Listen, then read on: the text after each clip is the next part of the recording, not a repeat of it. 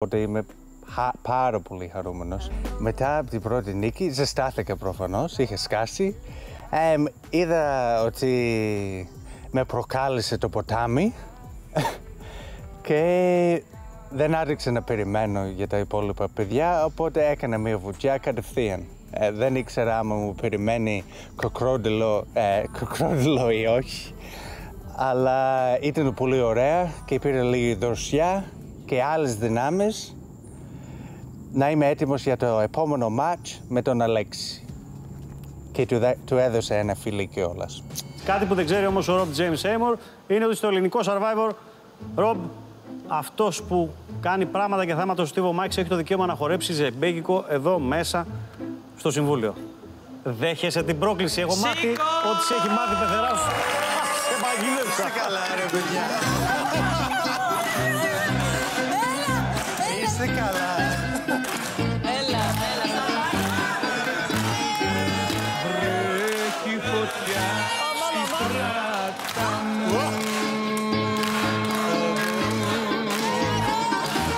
Φωτιά που με έχει κάψει.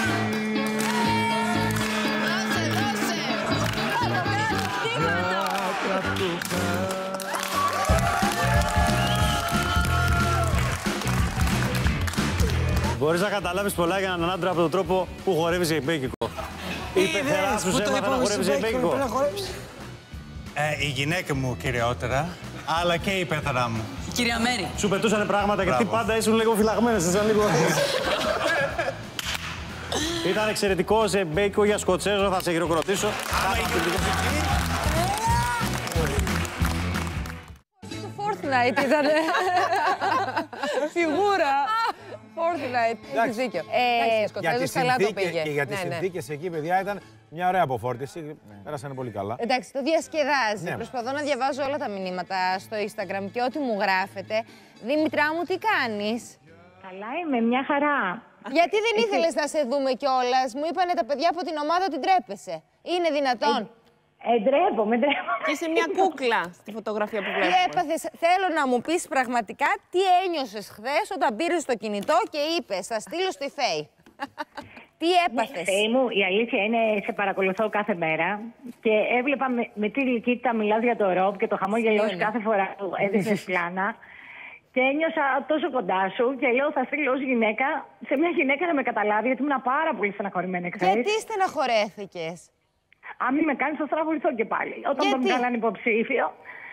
Γιατί ξέρω και ο Ρομπ πώς ένιωσε, επειδή το είχαμε συζητήσει, γιατί πήγε με όλη την καλή του διάθεση και χαρά, αλλά μου λέει όχι, λέει, δεν θέλω να φύγω και πρώτος. Και λέω πω τώρα θα του έχει έρθει η ψυχρολουσία. Και είχα στεναχωρηθεί πώς μπορεί να νιώθει ο Ρομπ, ξέρεις. Και είμαστε μακριά, δεν μπορώ να τον υποστηρίξω, να του μιλήσω. Πόσο καιρό είστε παντρεμένοι, Δήμητρα?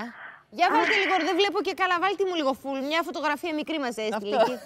Να δω πώς είναι το κορίτσι. Αχ, τι όμορφη, ωραίο ζευγάρι είστε. Πόσα χρόνια είστε παντρεμένοι? Είμαστε παντρεμένοι 1 χρόνο. 2 χρόνια σχεδόν. 1,5, πες από το Μάιο του 22 και είμαστε 5 χρόνια σύνολο. Και πώς και αποφάσισε να φύγει? Αχ, ρωτάς και άμα έχω ρίξει μέχρι να αποφασίσει να φύγει. Κοιτάξτε, ο Ρομπ είχε παίξει πιο παλιά στον deal. Ναι. Και ήταν μια εμπειρία για αυτόν, γιατί του αρέσει να ασχολείται και με τα τηλεοπτικά, είναι και η δουλειά του, τα σποτάκια. Μετά τον deal, ο Ρομπ χάρηκε πάρα πολύ που είδε αυτή την αγάπη του κόσμου στον δρόμο που τον σταματάγανε και του λέγανε θα θέλαμε να σε είχαμε γιο μας, έκανες και γελάγαμε. Του άρεσε πάρα πολύ αυτή η αγκαλιά που εισέπραξε από την Ελλάδα, τους απλούς ανθρώπους, πήγαινε στη Λαϊκή και τον χαιρετάγανε και νιώθε καλά που ένιωθε Έλληνας. Γιατί πριν να σου πω, ο Ρομπ νιώθει Ελληνάρα, το λέω στο τέλος. Δηλαδή αγαπάει την Ελλάδα πιο πολύ για τη Σκωτία, νομίζω, στο τέλος. Και όταν ήταν το Survivor που δείχναν το τρέιλερ, ήταν ένα παιχνίδι που θα ήθελε να πάρει μέρος, γιατί συνδυάζει 2 πράγματα που του αρέσουν πάρα πολύ. Η φύση, η θάλασσα, ο ήλιος, είναι όλη μέρα. Τα αγωνίσματα δεν τα βάζεις μέσα. Όχι, μα δεν με αφήνει να του πληρώσω. Και τα αγωνίσματα, γιατί ο Ρομπ. Μην τον βλέπετε έτσι. Το παιδί είναι αθλητικό. Δεν είναι αθλητής όμως. Δηλαδή κάθε μέρα θέλει να κάνουμε και από κάτι. Πάμε, μου λέει, να κάνουμε ποδήλατο. Πάμε να παίξουμε τένις. Πάμε από εδώ. Δηλαδή κάθε μέρα θέλει να κάνει μια γυμναστική. Απλά σίγουρα δεν είναι το παιδί που είναι 4 ώρες στα γυμναστήρια και κοπανιέται. Κέρδισε 2 φορές χθες όμως. Ναι. Πήρε το αίμα του πίσω. Και χωρίς να αλλάξει το ρυθμό του, έτσι αργά και σταθερά την πήρε την νίκη. Έτσι. Και το θέμα είναι ότι ο Ροπ του μάθε και τελευταία στιγμή ότι θα πάει. Δηλαδή αυθόρμητα στείλαμε τον Δεκέμβριο. Και εμείς ήμασταν έτοιμοι να πάμε Σκωτία για Χριστούγεννα. Δήμητρα. Και γίνανε όλα τόσο γρήγορα. Ενώ άλλοι ήταν και προετοιμασμένοι 6 μήνες να κάνει ένα τρένινγκ. Και ίσως αυτές τις 5 μέρες τον έβλεπα. Πήγαινε κάθε μέρα τζόκινγκ. Πρέπει να αυξήσω την αντοχή. Δήμητρα, υπήρξε κάτι το οποίο, ρε παιδί μου, τον προβλημάτιζε, έλεγε μήπως εκεί δεν τα καταφέρω ή δεν είμαι τέτοιος χαρακτήρας? Γιατί υπάρχει... Η αλήθεια είναι ότι εγώ του έλεγα. Καταρχήν, ο Ρόμπ δεν είναι καθόλου πονηρός. Δηλαδή, 5 χρόνια προσπαθώ να του πω ότι όλα δεν είναι αυτή η αγνότητα που βλέπει στους ανθρώπους. Να τον προετοιμάσω λίγο. Αλλά μου έλεγε όχι, εγώ δεν το φοβάμαι καθόλου. Του λέω, βρε, θα πέσει το λάκκο με τα φίδια. Δεν είναι τόσο εύκολα τα πράγματα. Πώς θα το διαχειριστείς? Μου λέει, μη με φοβάσαι, δεν πειράζει. Θα είμαι καλά. Θέλω να το κάνω. Θέλω να ζήσω αυτή την εμπειρία. Εντάξει, και όσο και να μου λείπει, γιατί για μένα είναι πολύ δύσκολο που τον έχω χώρια, γιατί είμαστε από το πρωί στο βράδυ μαζί ένα ζευγάρι. Του λέω, Ρόμπ, μου κάνει αυτό που θέλεις, θα νιώθεις καλά. Απλά κράτα μια πισινή, βρε άνθρωπε. Το βλέπατε το ήθελες να τον παιχνίδι? πονηρέψεις Το λίγο, βλέπατε ναι. γενικά το παιχνίδι, δηλαδή? Ναι, η αλήθεια είναι το είδαμε πρόπερση. Πέρυσι δεν το βλέπαμε, για να είμαστε ειλικρινείς. Και αγαπημένος παίκτης και του Ρόμπ και δικός μου, η αλήθεια είναι, ήταν ο Τζέιμς. Οπότε όταν έφυγε ο Τζέιμς, ήρθαμε να τον βλέπουμε. Ταυτίστηκε. Ναι, πέρα από τον Ντάνο, που τον Ντάνο του είπα εγώ ότι ο καλύτερος όλων των εποχών είναι ο Ντάνος και τον έβαλα να δει μετά κάποια βιντεάκια του Ντάνο να καταλάβει τι είστε. Μάνατζερ εσύ, από ό,τι καταλαβαίνω. Ορίστε. Μάνατζερ, λέω, μάνατζερ εσύ. Ναι, εντάξει, όταν μου είπε ότι θα μπει, μιλάγαμε για το Survivor, του λέω πού να βλέπεις τον Ντάνο, αλλά δεν ήταν στην Ελλάδα. Εσύ με τι ασχολείσαι, Δήμητρα, αν επιτρέπετε?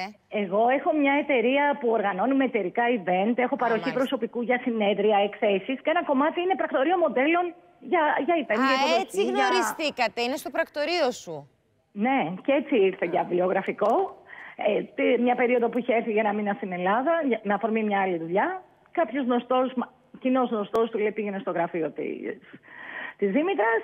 Και του έκανε συμβόλαιο για πάντα. Για πάντα συμβόλαιο. Αορίστου σύμβαση. Ευχόμαστε τα καλύτερα.